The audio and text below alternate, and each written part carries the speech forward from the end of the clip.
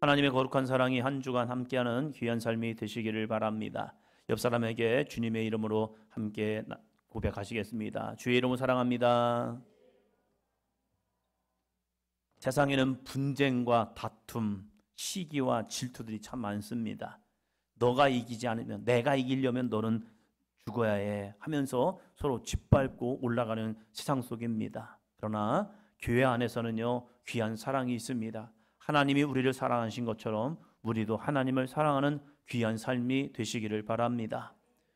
하나님이 우리를 사랑하셨고 하나님을 사랑하는 것을 끝나지 마시고 이웃을 내 몸처럼 사랑할 수 있는 귀한 삶이 되시기를 바랍니다. 가까이에 계는 내 배우자를, 내 자녀를, 내 부모님을 아름답게 사랑하심을 통하여서 정말 이 세상이 살맛나는 세상이 되시기를 바랍니다.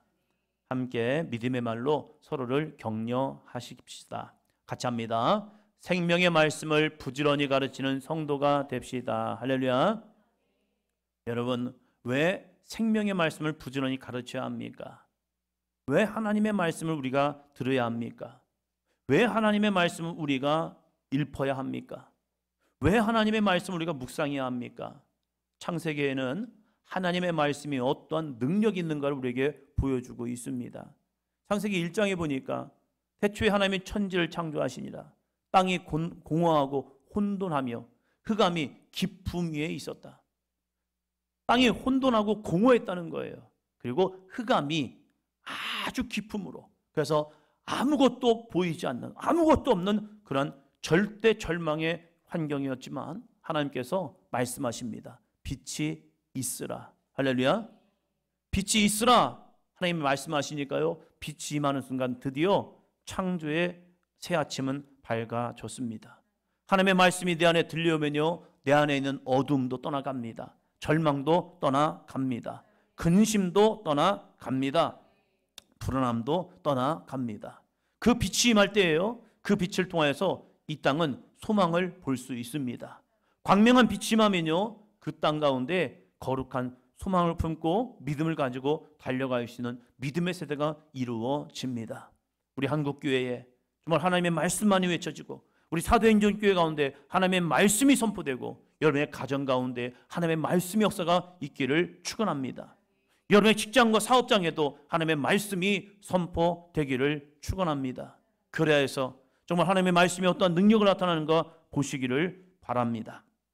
5월 가정의 달을 맞이하여서 믿음 안에서 우리가 어떠한 존재이고 어떠한 가정이 되어야 할지를 말씀을 나누고 있습니다. 첫 주는 믿음의 부모로서 자녀에게 마땅히 행할 길을 대해서 말씀을 나누었습니다.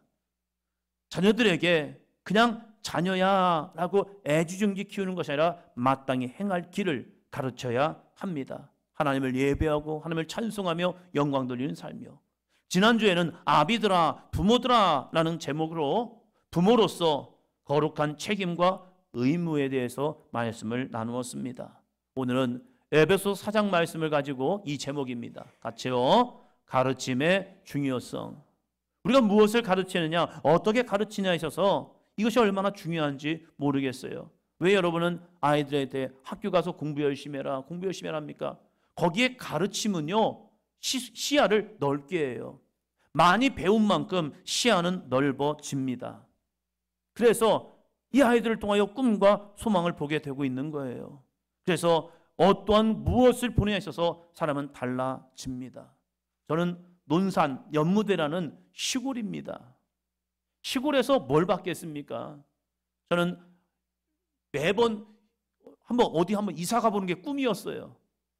저희 아버지가 저희 집을 짓고 계속 평생을 사신 거예요.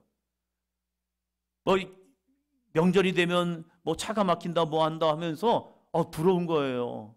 서울에서 작은 집이 오고 사촌들이 오면요, 이렇게 이동하는 게 부러웠던 거예요. 그래서 어디 한번 갔으면 좋겠다. 그러니까 이 아이가 무슨 꿈을 꾸겠습니까? 제가 꾸는 꿈은요, 진짜 작았어요. 그런데 대학을 가고 이 하나님의 감사하게도 한 교회를 만나게 하셨습니다. 이 교회는 좀 큰 교회였습니다. 시골에서 작은 교회에서 신앙생활하던 제가 큰 교회를 만나는 순간 이게 처음에는 거부감이 많더라고요. 그런데 그 환경 속에서 듣는 말씀들, 목사님을 통하여 선포되는 말씀들, 그리고 그 교회가 움직이는 모습들을 보면서요, 제 안에도 자그마한 꿈을 품게 하시더라고요. 우리가 무엇을 보느냐, 무엇을 듣느냐, 어떠한 가르침을 받느냐에 있어서 사람은 달라집니다. 그 중에서 따라합니다. 하나님의 말씀. 옆 사람 보면서요, 하나님의 말씀. 하나님의 말씀은요, 빛입니다. 생명입니다. 능력입니다. 그 말씀을 가까이 하시기를 축원합니다. 우리 청소년들에게도 하나님의 말씀이 가까워져서 그 말씀 가운데 소망을 보고 꿈을 보고 비전을 볼 수 있는 귀한 삶이 되시기를 바랍니다. 예수님께서도 이 땅에 오셔서 성육신하셔서 하셨던 큰 세 가지 사역이 있습니다. 같이 합니다. 봅니다. 시작. 가르치심, 선포하심, 그리고 치유하심. 예수님의 3대 사역이라고 말합니다. 가르치셨고 선포하셨고 치유하셨습니다. 하나님의 나라를 가르치셨고 기도하는 것을 가르치셨고 복음 전하는 것을 가르쳐 주셨습니다. 그리고 예수님께서 선포하셨습니다. 그들이 듣든지 아니 듣든지 하나님의 말씀을, 하나님의 나라를 선포하셨습니다. 그럴 때 수많은 무리들이 모였죠. 그들에게 선포되었어요. 누군가는 그 말씀을 듣고 믿었고, 누군가는 그 말씀이 에이 그냥 재미있네 라고 끝났고, 어떤 사람은 에이 뭐 거짓말이야 이렇게 듣는 사람이 있었겠죠. 그러나 믿는 자에게는 능력이 나타났습니다. 아멘. 이 시간 선포되는 말씀 속에서 여러분에게 믿음으로 들려지기를 축원합니다. 따라합니다. 나에게 주시는 하나님의 말씀입니다. 나에게 주신 하나님의 말씀입니다 라는 믿음으로 받아가면요, 그 말씀은 살아 역사는 능력이 될 줄로 믿습니다. 그리고 주님 앞에 나와서 주님 앞에 자신의 문제를 놓고 기도하는 사람들에게 주님은 치유의 은혜를 주셨습니다. 마태복음 4장 23절입니다.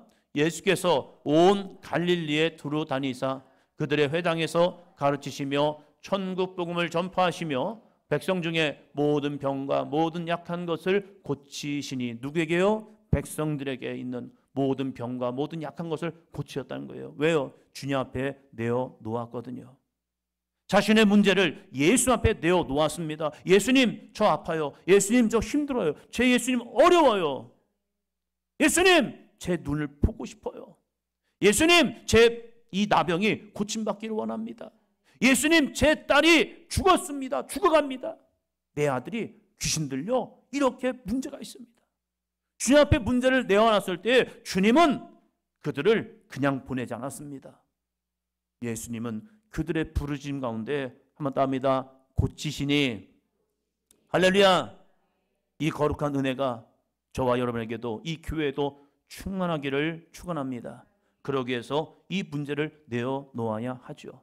또 예수님께서 지상명령의 핵심, 내가 너에게 분부한 모든 것을 가르쳐 지키게 하라. 신앙생활은 주님의 말씀을 가르침을 받고 그것을 지켜 행하는 겁니다. 이것을 두 말로 합니다. 한번 더 합니다. 가르치심과 순종. 지상명령이 가장 중요한 것은 가르치심과 순종이에요. 우리가 그 말씀을 믿고 나가면요, 주님은 일을 하십니다. 이스라엘 백성들이 출애굽하였죠. 출애굽한 이스라엘 백성들이 믿음을 가지고 가나안을 향해 나가면 되는 거예요. 말씀은 받았어요. 그러나 두려워서 떨고 불평하면 거기서 죽었습니다. 그러나 믿음을 가지고 나아간 여호수아 갈렙은요, 그 땅을 정복하는 은혜를 경험하게 됩니다. 우리 시온이에게 그 은혜가 있기를 축원합니다. 우리 연수에게 그 은혜가 있기를 축원합니다. 하나님의 약속을 받고 그 말씀을 믿고 나아갈 때에 우리 지휘에게 하나님의 역사가 나타나는 삶이 될 줄로 믿습니다. 그 말씀이 나에게 선포된 말씀이라는 거예요. 그러면 누구에게 그 역사는 나타나냐 그죠? 말씀을 받고 순종하려면 무엇이 필요하냐? 진정한 예배자가 필요한 거예요. 우리가 무엇을 가르치느냐? 자녀들에게 무엇을 가르치느냐? 무엇보다 나 자신에게 무엇을 가르치느냐? 우리 사도인연교회는 무엇을 가르쳐야 하는가? 지상명령 역사를 이루기 위해서 먼저 선행되어야 할 조건이 있다는 거예요. 그것은 내가 예배자가 되는 겁니다. 하나님은 오늘도 온전한 믿음의 예배자를 찾고 계십니다. 어떻게 예배하느냐에 있어서 우리의 삶이 극명하게 달라집니다. 예수님은 이렇게 말합니다. 한 사람은 데려감을 당하고 한 사람은 데려감을 당하지 못한다는 거예요. 한 사람은 구원을 받고 한 사람은 멸망으로 가고 있다는 거예요. 한 사람은 천국을 가기도 하고 어떤 사람은 지옥으로 가고 있다는 사실이에요. 어떤 사람은 축복을 향해 달려가는 사람이 있고 어떤 사람은 저주를 향해 가는 사람이 있는 거예요. 이게 무서운 삶이거든요. 그런데 어떻게 구원과 영생, 축복과 은혜의 삶을 나가냐 이거예요. 그것은 삶은요 바로 예배자라는 겁니다. 예배는요 하나님을 만나는 통로입니다. 예배는 주님과 함께하는 통로입니다. 그래서 예배를 통해서 인생이 살아나기를 축원합니다. 저주의 그늘 아래 있던 인생을 주님을 붙들고 주님의 은혜와 함께함을 통해서 내가 이제 주님의 역사를 경험합니다. 아멘. 요한복음 4장 23절입니다. 자, 앞을 보고 같이 합니다. 아버지께 참되게 예배하는 자들은 영과 진리로 예배할 때가 오나니 곧 이때라. 아버지께서는 자기에게 이렇게 예배하는 자들을 찾으시느니라. 우리는 하나님을 뭐라고 부르죠? 아버지요. 육신의 부모 있습니다. 그러나 하나님께서 우리에게 친히 아빠가 되어주겠다는 거예요. 여러분, 아빠의 놀라운 은혜가 뭔지 아십니까? 그냥 구할 수 있다는 거예요. 저희 막내는요 저한테 연락할 때가 있습니다. 아빠, 재료가 필요한데 돈 좀 보내주세요. 청구서만 보냅니다. 아빠 뭐 어떻게 잘 지내셨습니까? 아침은 드셨습니까? 이런 말 없어요. 그냥 재료비가 필요하니까 얼마 보내주세요. 알았어, 보내줍니다. 제가 은행도 아닌데 저한테 돈을 맡긴 것도 아닌데 잘 청구합니다. 그리고 제 카드를 또 써가지고요 배달도 시켜 먹습니다. 묻지도 않고 따지도 않습니다. 그냥 시켜 먹습니다. 당당합니다. 또 물어봅니다. 맛있니? 네. 끝. 왜 그럴까? 무엇 때문일까? 저를 닮았거든요. 속일 수가 없습니다. 꼭 배달 왔습니다. 제 아들이거든요. 당당하게 청구합니다. 하나님은 그런데 그러한 자녀들 가운데 오늘도 찾고 있는 사람이 있다는 겁니다. 어떤 사람을요? 아버지께 참되게 예배하는 자들이요. 참되게 예배한다는 건 무엇입니까? 영과 진리로 예배한다는 겁니다. 영은 무엇입니까? 성령이요. 진리는 말씀입니다. 한번 더 합니다. 성령과 말씀으로. 할렐루야. 성령 안에서 성령님 이 시간 내 가운데 임하여 주셔서 나에게 말씀하여 주시옵소서. 여호와의 영광이 우리의 심령 가운데 임하게 하여 주시옵소서. 여호와의 영광이 이 사도행전 교회 가운데 충만케 하여 주시옵소서. 하나님의 영이 없는 예배는요 죽은 예배예요. 그래서 우리의 예배가 성령이 충만할 수 있도록 찬양단이 기도해야 합니다. 기도자는 기도하며 한 주간 기도하며 주여 오늘 내가 기도를 하는데 이 기도 가운데 성령의 기름 부으심 있게 하여 주시옵소서. 저도 기도합니다. 하나님 오늘 설교를 통해서 성령의 기름 부으심 있게 하여 주시옵소서. 그래서 졸던 아이들이 눈이 번쩍 뜨게 하여 주시옵소서. 딴짓하는 아이들이 하나님의 말씀을 듣게 하여 주셔서 그 영혼이 살아나게 하여 주시옵소서. 성령의 기름 부으심 없으면요 교회를 그냥 왔다 가며 마당만 밟을 뿐이래요. 그러나 성령의 영으로 예배하는 자들을요 하나님은 찾고 계시다는 겁니다.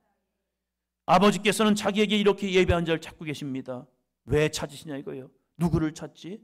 저도 찾아요. 어떤 애가 예배를 잘 드릴까? 제가 예배를 잘 드리나? 얘가 예배를 잘 드리고 있나? 얘가 예배를 잘 드리고 있나? 하면서 이렇게 찾아봅니다. 근데 그 중에서도 유독 눈에 들어오는 사람들이 있어요. 목사인 저에게도 저는 참 예배를 잘 드려. 저 성도님은 예배를 참 잘 드려. 저 집사님은, 저 권사님은 예배를 참 기쁨으로 예배를 드려. 이런 모습이 있거든요. 하나님은 왜 우리를 예배자로 찾냐 이거예요. 두 가지의 은혜 때문입니다. 따라합니다. 구원의 은혜와 풍성한 복. 예배를 잘 드리잖아요. 하나님의 구원의 역사가 이루어집니다.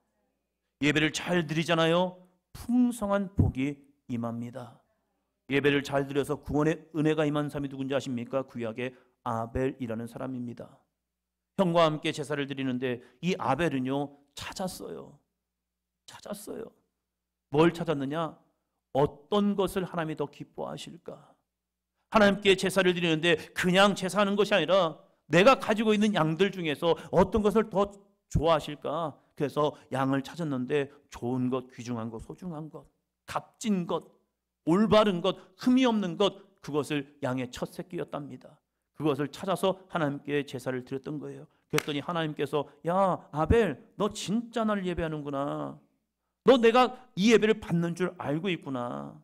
여러분, 우리의 입술 열어 찬양하시기를 축원합니다. 기도할 때 우리의 마음을 모아 보자는 거예요. 우리가 공동 기도할 때 한번 가슴에 손을 모아 보시기 합니다. 이렇게 기도하는 게 좋아 보이십니까? 이러고 기도하는 게 좋아하십니까? 아니면 배를 축복해 주면서 기도하는 걸 여러분이 보실 때 어떤 게 더 나아 보이세요? 가슴에 손을 모으고. 그렇지, 유희야? 우리 시영이가 기도하는데 이렇게 기도하는 것과 이렇게 기도하는 건 달라 보일 거 아니야. 사람이 볼 때도 그래요. 하나님이 우리를 주목하고 계신다는 거예요. 누가 진짜 예배자가 될 것이냐? 아벨은 하나님께 예배를 드리면서도요 값지고 소중하고 나 자신을 하나님께 드리는 번제물이 되어지는 거예요. 그럴 때 그 아벨을 통하여 하나님은 저가 믿음의 예배자였어 라고 인정해 주시고 있다는 거예요. 노아는요 하나님께서 온전히 순종하는 예배를 드림을 통해서 홍수 심판을 통하여 이 땅이 완전히 멸망했거든요. 이제는 끝난 것 같아요. 그러나 이 노아는 하나님 앞에 온전한 번제 희생의 제물을 드림을 통해서 끝났던 하나님의 축복이 노아를 통하여 다시 이루어지고 있다는 사실입니다. 오늘 우리가 진정한 예배자가 되어서 하나님을 기쁘시게 한 예배자가 되어서 멈추었던 하나님의 거룩한 축복이 이 땅 가운데 흘러넘치기를 주의 이름으로 축원합니다. 여러분을 통하여 하나님의 언약, 약속이 다시 일어나기를 바란다는 거예요. 아브라함도 마찬가지잖아요. 아브라함은요 순종의 제사를 하나님께 드립니다. 근데 그 순종은요 너무 어려운 순종이었잖아요. 우리가 너무 잘 알고 있잖아요. 자신의 독자 이삭을 바치는 제사입니다. 이걸 해야 합니까? 그런 일은 감당합니다. 이 아브라함이 이삭을 바치는 순종의 제사를 드릴 때에 하나님은 그 믿음을 보시고 그에게 풍성한 복을 자신뿐만 아니라 자기 자녀와 자손 만대에 주는 은혜를 경험하게 됩니다. 오늘 우리의 진정한 예배가요 풍성한 축복을 여는 시작이 될 줄로 믿습니다. 그래서 마음을 다하십시오. 정성을 다하십시오. 힘을 다하십시오. 입술을 열어서 주님을 마음껏 찬양하시기를 축원합니다. 그러할 때 우리의 정성된 예물 11주의 신앙, 감사의 헌금, 주일 헌금 기쁨으로 드리고 감사하며 나갈 때요 하나님께서 거저주지 않습니다. 그 은혜의 100배, 1000배, 만배의 복을 주실 줄로 믿습니다. 첫째입니다. 첫째, 우리가 하나님의 말씀을 부지런히 가르치고 배워야 하는 이유는 무엇일까요? 11절입니다. 그가 어떤 사람은 사도로, 어떤 사람은 선지자로, 어떤 사람은 복음 전하는 자로, 어떤 사람은 목사와 교사로 삼으셨으니. 교회 공동체에는요 직분들이 있습니다. 많은 직분들 가운데 이 초대교회는요 사도의 직분이 있었고 선지자의 직분이 있었고 복음 전하는 자도 있었고 또한 목사와 교사로 쓰임받은 사람도 있었습니다. 각자의 수행하는 모습은 달랐습니다. 각자의 지위는 달랐습니다. 그런데 이들에게 공통된 모습이 있었습니다. 그건 뭡니까? 가르치는 자였다는 거예요. 이들이 가르칠 때 중요한 게 있습니다. 뭘 가르쳐야 합니까? 우리 선생님들, 우리의 아동부에서 청소년부에서 청년부에서 정말로 수고 많이 합니다. 아이들을 믿음의 길로 인도하기 위해서요 선생님들이 자신의 용돈들을 이제 가지고 아이들을 신방을 합니다. 아이들과 신방할 때 참 두려운 것은 그겁니다. 세트 메뉴. 이게 만만치 않거든요. 뭐 먹을래? 라고 하면 그때 분위기도 모르고요 세트 메뉴요. 그러면 어떻게 합니까? 시켜줘야지. 아이들을 신방합니다. 자신의 용돈을 모아서 아이들을 신방하는 거예요. 아이들에게 전화를 합니다. 아이들을 위해서 기도합니다. 정말로 아름다운 손길들이죠. 그래서 우리 사도행전 교회가 점점점 주님의 은혜 가운데 풍성해지고 있는 거예요. 우리 선생님들 수고했음 기도가 없으면요 아이들이요 달라집니다. 이번 주에 갈게요 했는데 전화를 안 받아요. 잠적해 버리는 거예요. 만나자고 해놓고도 이들이 만나자 했으면 만날 거 아니에요. 연락도 두절이에요. 그래서 허탕을 치는 경우도 참 많이 있어요. 그런 아이들 놓고 선생님들이 정말로 기도합니다. 이번 주에 또 들려오는 소식을 보니까요, 영적 자녀, 내 자녀 아니잖아요. 그럼 우리가 새 학기를 시작할 때 영적 자녀를 놓고 기도하고 있잖아요. 그런데 그 영적 자녀에게 요즘은 너무 좋아요. 그냥 핸드폰으로도 쿠폰이 날아가요. 쿠폰이 날아가면 이 아이들이 그걸 가지고 또 치킨도 먹고 이것도 먹고 저것도 먹고 할 수 있는 상황이 되었잖아요. 그러한 사랑과 관심으로 아이들 양육하는데 무엇을 가지고 양육할 거냐 이거죠. 세상의 지혜와 학문, 이성이 아닙니다. 세상은요, 이 참 무서운 세상이 되어져 가고 있잖아요. 여러분, 사람들 차별하면 안 되잖아요. 차별하면 큰일 납니다. 그러나 세상은 차별금지법이라는 모습을 통하여서도요, 세상을 혼란스럽고 어지럽게 만들고 또 다른 역차별이 되어서 진리를 외치지 못하는 상황으로 만들고 있다는 거예요. 이 나라가 잘못된 길로 가지 않도록 우리는 나라와 민족을 위해서도 기도해야 합니다. 아멘. 그럼 교회는 무엇을 가르치느냐? 한번 더 합니다. 하나님의 말씀, 성경을 가르쳐야 합니다.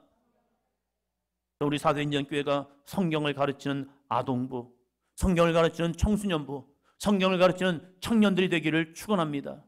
우리의 속회에서 하나님의 말씀, 성경만을 가르치는 속회 속장님이 되고 우리 강사님들이 되시기를 축원합니다. 말씀이 들어가야 사람이 살기 때문입니다. 말씀이 있어야 교회는 바른 길로 가기 때문입니다. 사람의 이성으로 가면요 교회는 무너집니다. 그러나 하나님의 말씀으로 순종하여 가면요 교회는 다시 일어날 수 있고요 이 땅은 새로워질 수 있습니다. 한 목사님께서 민주화를 위해서 정말로 열심히 외쳤습니다. 민주화 운동하다가요 그분 옥에도 갔습니다. 감옥에도 갔습니다. 정치범이 돼가지고요 왜 정권에 대해서 이런 말 저런 말을 하면서 옥에도 갇혔습니다. 그런데 그 옥에서요 어렸을 때 엄마와 함께 부르던 노래, 엄마가 자기에게 야 누구누구야 이 찬양 좀 불러봐 할 때 그 찬양 소리, 그것이 감옥에서 들려지더래요. 그 찬양 소리가 너무 선명하게 들리면서 자기에게 들려온 음성이 있더래요. 그거 뭐냐면 세상은 외침으로 변하는 게 아니야. 세상을 변화시킨 것은 하나님의 말씀이야. 그래서 이 민주화 운동하던 분이요 복음 운동을 하기 시작하는 거예요. 여러분, 세상을 변화시키고 사람을 변화시키고 가정을 변화시키고 자녀를 변화시킨 것은요 오직 하나님의 말씀을 가르칠 때입니다. 부지런히 말씀을 가르치시기를 축원합니다. 여러분, 하나님의 말씀을 부지런히 배우시기를 바랍니다. 무슨 역사가 일어납니까? 12절입니다. 이는 성도를 온전하게 하며 봉사의 일을 하며 그리스도의 몸을 세우려 하심이라. 여러분, 하나님의 말씀이 들어가면요 변화가 되어집니다. 하나님의 말씀이 저는 좋았습니다. 저희 아버지는 교회를 다니지 않았고 저희 엄마는 집사님이었고 저희 형들이 신앙생활을 했고 막내로서 교회를 다니는데 그냥 성경이 재밌더라고요. 성경이 흥미진진했어요. 성경을 읽는데 조금씩 주님의 마음이 제 안에 오는 것 같아요. 하나님의 말씀이 들어가면요 사람은 반드시 변화됩니다. 그러면서 뭘 하기 시작했느냐? 교회 봉사를 하기 시작했어요. 하나님의 말씀을 읽다 보니까 하나님이 저를 사랑하셨답니다. 하나님의 말씀을 읽다 보니까 하나님이 우리 별이를 사랑했답니다.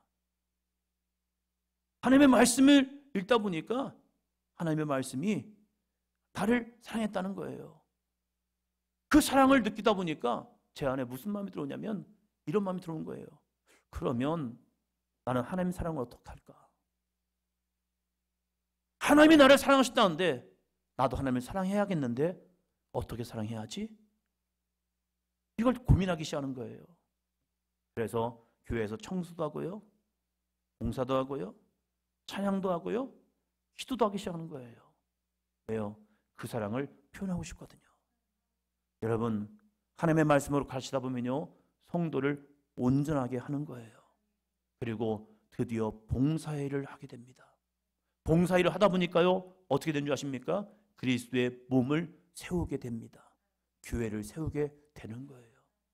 주님을 사랑하다 보니까 제가 먹고 싶은 핫도그를 안 먹고 그 돈을 모아서 헌금하는 거예요. 먹고 싶죠. 사고 싶죠. 나를 위해서 뭔가를 하고 싶죠. 그런데 주님이 나를 사랑하셨는데 나는 어떻게 주님을 사랑할까 하다가 내가 마시지 아니하고 먹지 아니하면서 주님 앞에 드려지는 거예요. 여러분, 그 인생에 하나님은 절대 우리에게 무답하지 않습니다. 주님을 사랑하는 자, 주님을 위해 봉사하는 자, 헌신하는 자, 그리스도의 몸을 세우는 자에게 하나님은 은혜와 복을 주십니다. 자, 같이 읽습니다. 시작.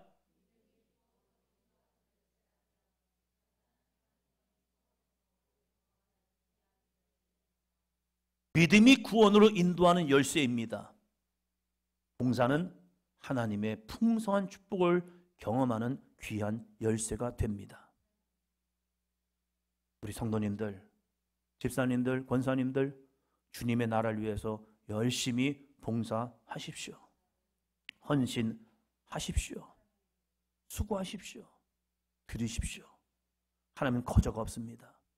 하나님은 우리가 심은 것 가운데 30배, 60배, 100배의 결실을 맺게 하십니다.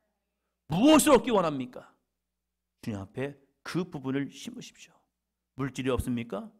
그 물질을, 돈을 주님 앞에 예물로 심으십시오.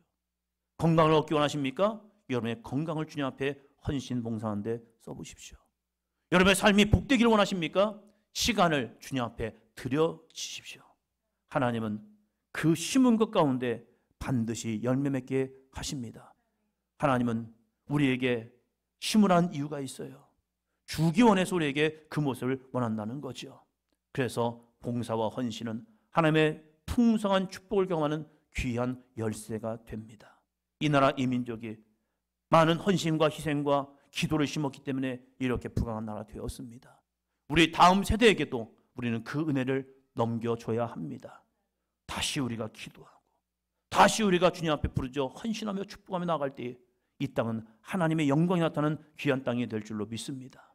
그러면 우리가 가르치는 이유가 무엇일까? 자, 둘째, 가르침의 목표는 우리 자신이 예수님을 닮아가는 것입니다. 교육에는 분명한 목적이 있습니다. 수학을 배우는 목적, 국어를 배우는 목적, 영어를 배우는 목적, 이 목적이 다 있어요. 그럼 우리가 교회에서 하나님의 말씀, 설교를 하는 이유가 무엇일까? 우리가 설교를 들으면서 우리가 완성하고 싶은 건 무엇일까? 저는 예수 믿고 구원받기만 원합니다. 그러면 그분은 예수 믿고 빨리 돌아가셔야 합니다. 그러면 예수 믿고 구원받아요.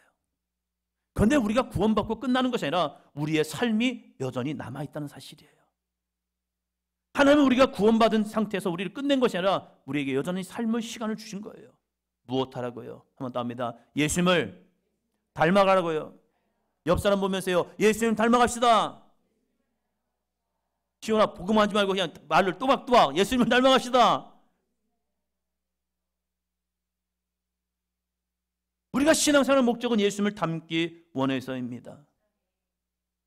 예수님을 닮은 건 어떻게 닮아가냐 이겁니다. 자, 13절 같이 읽습니다. 우리가 다 하나님의 아들을 믿는 것과 아는 일에 하나가 되어 온전한 사람을 이루어 그리스도의 장성한 분량에 충만한 데까지 이르리니. 여러분, 나 주일 성수했으니까 끝. 여기서 멈추지 않기를 바랍니다. 나 교회를 다니니까 끝. 아니에요. 우리에게는요, 하나님의 아들을 믿는 것과 아는 일에 하나가 되어 온전한 사람이 되어야 합니다. 그 온전하다는 것은 내가 교회를 이제 내가 다니니까 됐지, 이게 아닌 거예요. 그리스도의 장성한 분량인 거예요. 여러분의 모습을 통하여 예수님이 보여지시기를 바랍니다. 자, 옆 사람 잘 보세요. 한번 봐보세요. 고개를 돌려서 예수님 닮은 것 같습니까? 예수님 닮아 보이냐 이거지요.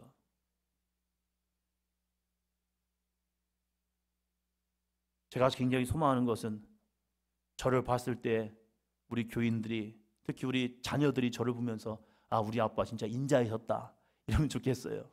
아빠 화내지 마세요 이게 아니고 아빠가 진짜 많이 변했다. 제 소원입니다. 그리고 제가 가는 마지막 순간에 정말 우리 아빠는 정말 예수님을 닮은 목사님이었다 이렇게 인정해 줬으면 좋겠어요. 여전히 싸우고 있는 거죠. 어느 날 저희 아이한테 물어봤습니다. 아빠가 좋은 아빠니? 그때 저에게는 충격이었습니다. 글쎄요. 아직 좋은 아빠가 아닌 것 같구나. 너한테는 아직 좋은 아빠가 아닌 것 같구나. 그래서 열심히 노력하고 있습니다. 하나님 좋은 아빠 되게 하시고 좋은 목사 되게 하시고 예수님 닮은 목사가 되게 도와주세요. 저도 모르게 제 안에 제 근본적인 이 죄의 쓴뿌리가 나오게 합니다. 어제도 아내와 신발 가면서 제가 툭 던진 말이 짜증냈나 봐요. 똑같은 말을 또 하게 하더라고요. 짜증냈더니 아내가 봐봐 당신 지금 짜증내고 있잖아. 그때는 인정했죠. 그래 미안하네. 우리는 죽을 때까지 예수님을 닮아가야 합니다. 내 속사람이 일어나는 순간 우리는 다시 싸워야 합니다. 주여 내 속사람 죽어질지어다.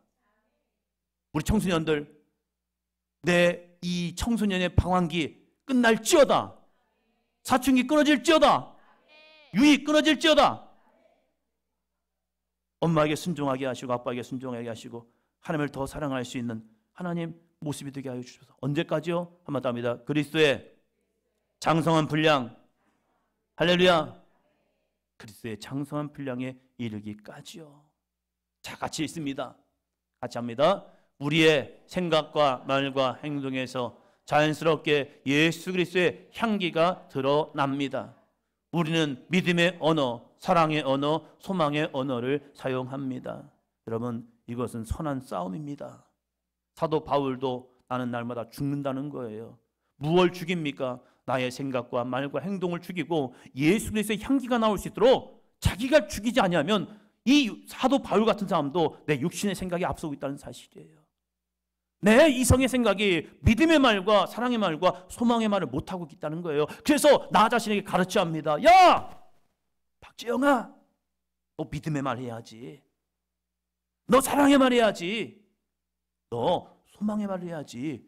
왜 짜증내고 있어? 먼저는 나 자신에게 열심히 가르치시기 바랍니다. 너 예수님을 닮아가야지. 그래야 그렇지 귀야. 예수님을 나는 닮아가는 사람이야. 나는 예수님이 내 안에 계신 사람이야. 그래서 나는 예수님을 더 닮기를 원합니다. 할렐루야. 우리 성도님들이 이 거룩한 선한 싸움을 통해서 예수님을 닮아 가시기를 축원합니다. 그러면 무엇을 이깁니까? 자, 14절 마지막. 이는 우리가 이제까지 어린 아이가 되지 아니하여 사람의 속임수와 간사한 유혹에 빠져 온갖 교훈의 풍조에 밀려 요동하지 않게 하려 함이라. 여러분 어린아이 되면 안 됩니다. 신앙의 어린아이가 되지 않기를 축원합니다. 예수님을 닮아가기를 축원합니다. 어린아이가 되면요 사람의 속임수와 간사한 유혹에 빠지는 거예요. 저도 이 두 마음이 싸울 때가 있어요. 어린아이 마음과 이건 아니야 하는 이제 조금씩 더욱더 자라나는 믿음의 모습이요. 어린아이가 되면요 믿음의 어린아이가 되면 사람의 속임수와 간사한 유혹에 빠져서 늘 넘어지고 쓰러지고 있다는 거예요. 그때마다 주님을 붙드시기를 축원합니다. 내가 믿음 없는 말 하는구나. 내가 육신의 말을 하고 있구나. 주여 내 입술이 한번 따라합니다. 성령의 열매로 가득하게 하여 주시옵소서. 옆 사람 보면서요. 나의 입술이 성령의 열매로 가득하기 원합니다. 할렐루야. 자 15절 같이 합니다. 오직 사랑 안에서 참된 것을 하여 범사의 교회까지 자랄지라. 그는 머리니 곧 그리스도라. 아멘. 범사의 모든 일에 그에게까지 예수님에게까지 자랄지라. 할렐루야. 예수님을 더욱더 자라난 귀한 삶이 되시기를 바랍니다. 과부의 아들이었습니다. 가난한 과부의 아들이 이 엄마가 자신의 자녀에게 줄 게 없었습니다. 가난하니까. 그러나 그 엄마는요, 그 자녀에게 신앙의 유산을 주고 싶었습니다. 내가 줄 수 있는 게 아들아 이거밖에 없구나. 그러면서 그 자녀에게 신앙의 유업을 주었습니다. 네, 그는요, 그 신앙의 유업을 얻은 그는요, 세계적인 거부가 됩니다. 그게 바로 록펠러지요. 록펠러의 어머니는 그가 유언하면서 이러한 신앙의 10계명을 그에게 주었습니다. 자, 1번 뭐죠? 2번, 3번, 4번, 5번, 6번, 7번, 8번, 9번,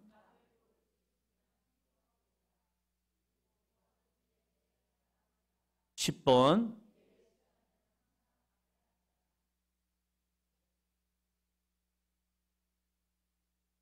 자신이 줄 수 있는 게 하나님을 붙드는 믿음밖에 없었고 그 믿음을 붙든다면 하나님은 이 아이를 반드시 축복할 것이다라는 믿음을 가지고 자신의 아들 록펠러에게 이 신앙의 유산을 주었습니다. 근데 이 록펠러가 그 믿음으로 살아갔습니다. 물론 마지막에는 뭐 이런저런 말들이 많이 있지만 그래도 그가 거기에 정상까지 설 수 있었던 것은요, 어머니의 신앙의 이 계명, 이 10가지 계명을 지키기 위해서 무던히 애썼기 때문입니다. 우리의 삶 속에서도 정말 하나님을 친아버지상으로 잘 섬기고 정말로 목사님을 하나님 다음으로 섬기고 주일 예배는 반드시 본교에 드리고 오른쪽 주머니는 항상 11조 주머니가 되어서 하나님께 드릴 수 있는 믿음의 신앙, 아무에게도 원수를 만들지 말고 아침에 목표를 세우고 기도하는 삶, 잠자리에 들기 전에 하루를 반성하고 기도하는 삶, 아침에는 꼭 성경을 읽음을 통하여 그 말씀 가운데 좀 씨름할 수 있는 삶, 남을 도와주고 힘껏 도와준 일에 자랑하지 아니하고 무엇보다도 예배 시간에 항상 앞자리에 앉는 주님을 더욱더 사모할 수 있는 자녀가 될 때에 이것을 가르칠 때 이들이 세상 어느 곳에 가든지 하나님이 함께함을 통해서 형통의 삶이 될 줄로 믿습니다. 기도합니다.